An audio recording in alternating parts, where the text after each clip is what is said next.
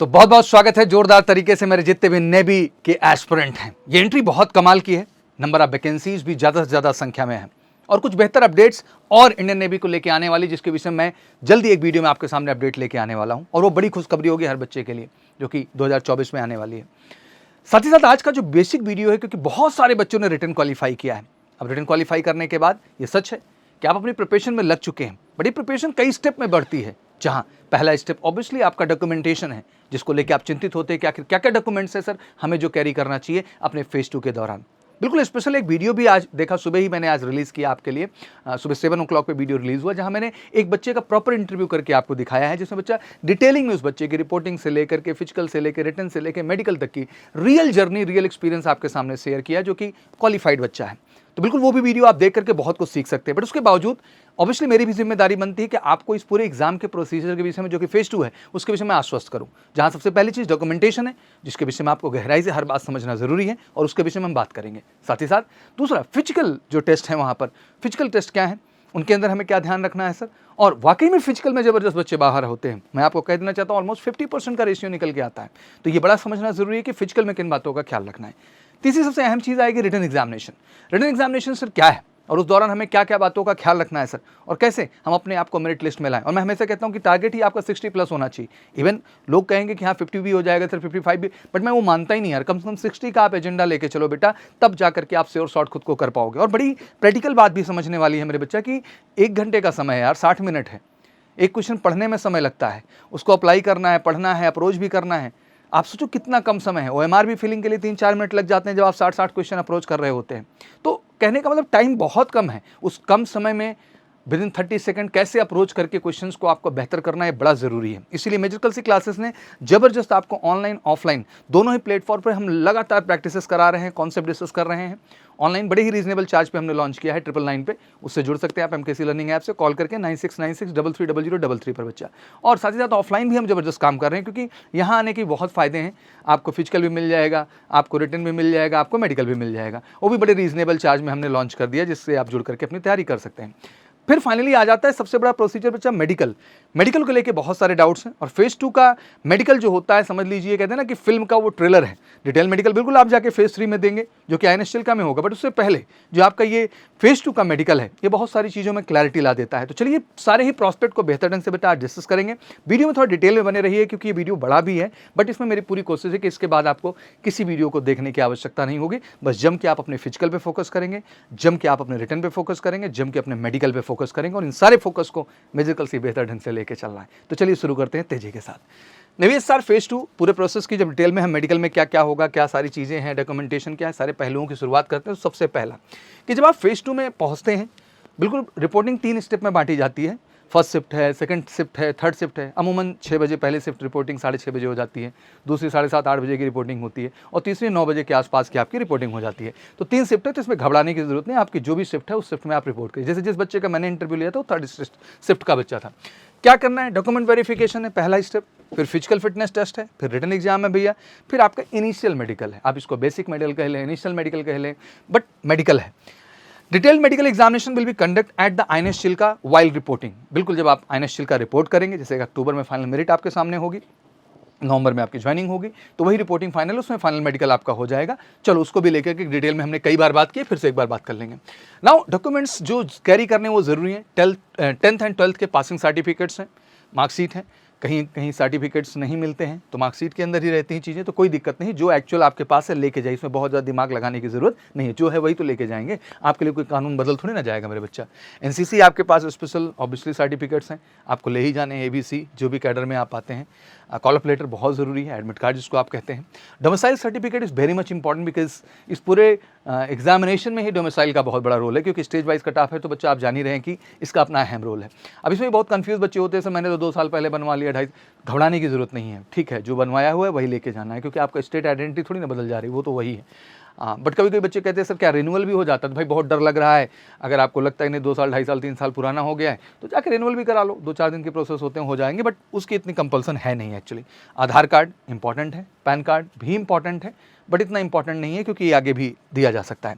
Passport size photograph not older than 3 month, बिल्कुल आपको passport size photograph carry करनी होती है, जो कि 3 महीने से ज़्यादा पुरानी ना हो। और एग्जैक्टली मैं तो कहूँगा जो फॉर्म फिल करते समय फोटो क्लिक कराया था ना बच्चा, वही लेके जाइए, वो आपके लिए बेहतर रहेगा।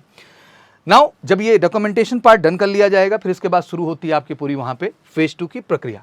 तो सबसे पहला फिजिकल फिटनेस टेस्ट को समझते हैं, जिसमें आपका जो है सबसे पहले तो हाइट का क्राइटेरिया आ जाता है, उसी के अनुपात में आपका वेट हो जाता है।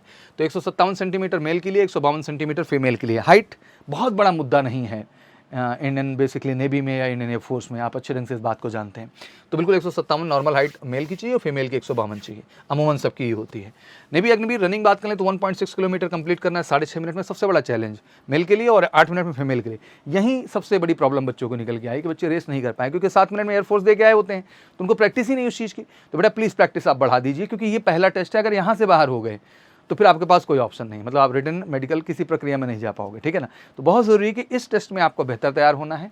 और जितने बच्चे मेजर कल्सी क्लासेस के कैंपस में हैं, इसमें जबरदस्त हमारे फिजिकल ग्राउंड पे दिन रात करके एक लगे हुए हैं अपनी स्पीड को बेहतर करने में। और मैं वादा करता हूँ हर बच्चे, और एयरफोर्स में गए बच्चों ने प्रूव भी किया कि उन्होंने 5.5 से 6 मिनट में ही रेस कंप्लीट कर दी। तो आप भी कर सकते हैं, कोई बहुत बड़ी चीज़ नहीं है। नेवी अग्निवीर में स्क्वाट्स उठक बैठक 20 टाइम है मेल के लिए और 15 टाइम है आपके फीमेल के लिए। पुशअप्स जो है केवल मेल के लिए है, 12 बार करना है। बहुत ज़्यादा इसमें भी डरने की ज़रूरत नहीं, बहुत हवा बना दिया जाता है। सिंपल यार स्क्वाट्स होते हैं, सिंपल पुशअप्स होते हैं, कोई रोकता वोकता नहीं है।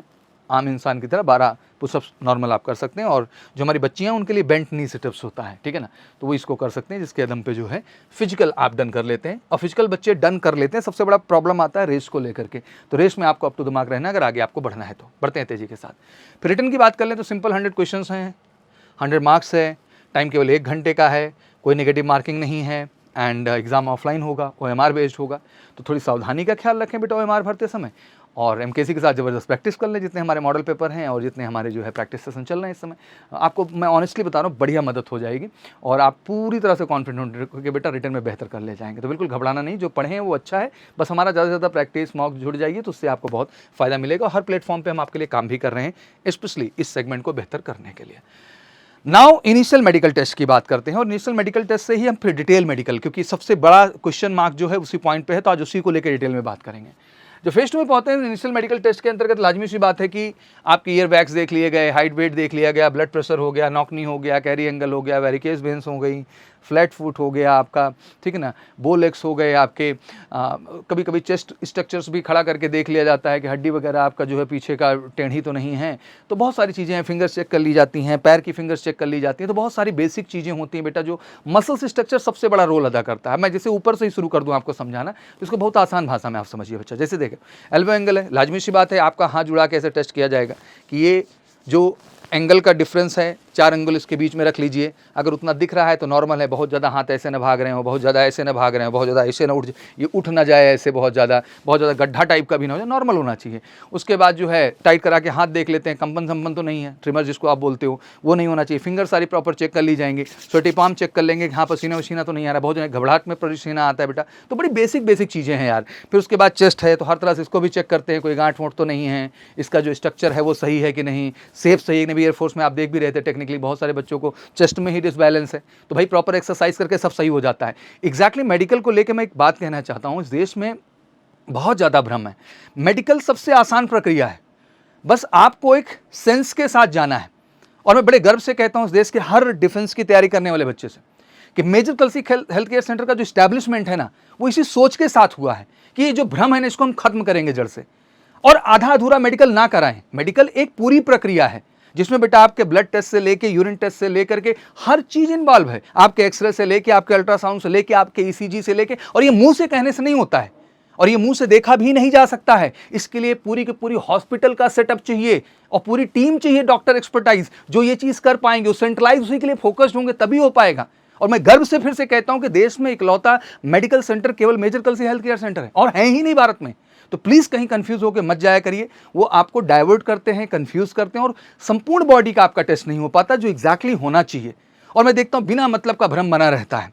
तो मैंने वही कहा कि हर चीज देख रहे हैं, पीछे भी मोड़ के देख लेंगे कि आपकी हड्डी जो रीढ़ की है वो प्रॉपर है कि नहीं है, इसके बगल में ये जो पार्ट है सही है कि नहीं है। कभी कभी देखते हो कि आप ड्रॉपिंग शोल्डर है, तो भाई ऐसे हाथ कर लिया, आपका ड्रॉपिंग शोल्डर प्रॉब्लम तो नहीं, कभी कभी हाथ ऐसे ही पकड़ के चेक करते हैं कि भागा तो नहीं जा रहा है बहुत ज़्यादा बाहर, नॉर्मल होना चाहिए। और वैसे भी बच्चे बहुत ज़्यादा जो घबराते हैं एल्बो एंगल को लेकर के, अगर आप हाथ ऐसे सीधा खड़ा कर रहे हो बेटा, अब आपको कैमरे में दिखाई दे रहा है कि नहीं दे रहा है दोनों, ऐसे आप खड़ा हो रहे हो प्रॉपर ढंग से, तो स्पेस अगर इसमें ज़्यादा नहीं आ रहा है तो आप प्रॉपर हैं, आपको एल्बो एंगल का इशू है नहीं। और जो सबसे बड़ी बात है मेडिकल में, जो मैं टेक्निकली कहना चाहता हूँ कि केवल भ्रम है, हर चीज़ का ट्रीटमेंट हो जाता है। बॉडी है, मसल्स है, एक स्ट्रक्चर है जिसको प्रॉपर किया जा सकता है। अब वेरिकोस वेन क्या है बेटा, ज़्यादा दौड़ दिए, ज़्यादा, इसलिए जब भी कराते भी मैं देखता हूँ कि जंपिंग करा देंगे बच्चों को, ढेर सारी ऐसी एक्सरसाइज करा देंगे, जैसे चेक करेंगे पीछे क्या नस वगैरह जो है बाहर, हरी हरी नस देखते हो निकल आती है, गांठ टाइप की निकल आती है, तो रेडिस हो जाता है बहुत सारे लोगों का। तो कोई ऐसी चीज़ नहीं है कि जो बहुत बड़ी है। फ्लैट फुट देखना, करना क्या है, सिंपल उठा लो ऐसे, पैर इसके ऊपर रखो प्रॉपर तरीके, शायद आपको दिख भी ना रहा हो कैमरे में, आप रख लो, सिंपल आर्क आपका बन रहा है अच्छे तरीके से, तो कोई दिक्कत ही नहीं, सिंपल ही आर्क यहाँ बनना चाहिए, यही स्ट्रक्चर है। ऐसे इस पे खड़े हो जाओ या इस पे खड़े हो जाओ, मेंटेन हो जाएगा। तो मेडिकल जो है ना बच्चा, एक बड़ा ऑनेस्ट सेगमेंट है जिसमें हर चीज़ को बारीकी से देखना ज़रूरी है। जिससे बच्चा, जैसे मैं आप सिंपल भाषा में समझो कि जब आप बच्चा गए पढ़ाई करने के लिए रिटन की, तो आपने रिटन में कॉन्सेप्ट पढ़ा, कॉन्सेप्ट पढ़ने के बाद क्या उद्देश्य था कि आप प्रश्नों को हल कर लें। अगर आप हल ही नहीं कर पा रहे तो इसे कॉन्सेप्ट पढ़ने का फायदा क्या। आपने उसके लिए मॉक लगाए, प्रैक्टिस लगाए, आप में एक आत्मविश्वास है कि नहीं sir, I am very much confident about this concept, now it's clear sir, आपने रिटन निकाला। फिजिकल ग्राउंड पे आप रेस करने गए मेरे बच्चा, आपने रेस में अपने अंदर कॉन्फिडेंस लाया ना भैया कि हाँ सर मैं रेस कर सकता हूँ, आपने बेटा रेस क्वालिफाई कर दी मेरे बच्चा। इसी तरह के मेडिकल भी है, तो इसमें बहुत बड़ी टेंशन लेने की ज़रूरत नहीं है। समय है तो एक बार मेडिकल प्रक्रिया जरूर आप हमारे यहाँ से कंप्लीट कर लें बिना कहीं भटके, तो आपको पूरे प्रोसेस से डिट्टो हम गुजार देंगे जैसे वहाँ होता है। पूरा मसल स्ट्रक्चर चेक कर देंगे, कहीं से कहीं तक कोई दिक्कत ही नहीं आएगा। और एक एक चीज़, कोई दिक्कत का बात, कुछ लोग सर हमको बोल लेग्स तो नहीं, अरे यार सिंपल खड़े हो जाओ। अब देखता हूँ अक्सर बच्चे नॉकनी में भी खड़े होते हैं तो पैर को एकदम ऐसे पीछे कर देंगे। क्यों कर रहे हो भाई, नॉर्मल इंसान की तरह स्ट्रेट ऐसे बी शेप बना के खड़े नहीं हो सकते हो। और बी शेप खड़ा होने के बाद देख लो स्पेस है, बात खत्म हो गई। इसमें इतना सोशल इंजीनियरिंग नहीं है भाई, और इसमें इतना टेंशन लेने का ज़रूरत नहीं है। सर बहुत ज़्यादा कट कट कर रहा है, अरे भाई तो हर चीज़ का एक सेंस है, उसका भी ट्रीटमेंट है, उसका भी क्राइटेरिया है। अब एक बार जब प्रोसेस से पूरा गुजरते हैं ना बच्चा, तब समझ में आता है। अब जैसे ECG रिपोर्ट है, EG रिपोर्ट है बच्चा, हम मैनुअल नहीं बता सकते हैं जब तक वो मशीनरी नहीं सेट करेंगे, नहीं होगा। आज हम वही सब चीज़ें आपको दिखाने वाले हैं, समझाने वाले हैं। मैं ये कहना चाहता हूँ मेरे बच्चा कि इतने स्टेप होने के बाद फाइनल एक स्टेप में किसी अनभिज्ञता की वजह से आप बाहर हों, दिल से बहुत दुख होता है। और शायद इसीलिए मेडिकल से हेल्थ केयर सेंटर का सेटअप हुआ है इस देश के अंदर बेटा, कि कोई बच्चा बिल्कुल मेडिकल से बाहर तो नहीं होने देंगे। और हम कहते भी कि नहीं चाहिए री मेडिकल, तो मेडिकल से हेल्थ केयर सेंटर से आप कराइए प्री मेडिकल। एटलीस्ट आपको क्लैरिटी तो मिल जाती है कि हाँ क्या करना है, कैसे करना है, किस तरह करना है।